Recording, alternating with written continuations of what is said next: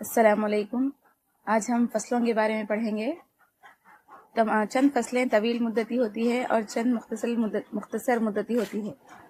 जवार, मसूर जैसी फसलें 180 दिन या उससे ज़्यादा वक्त लेती है फसल मुकम्मल होने के लिए।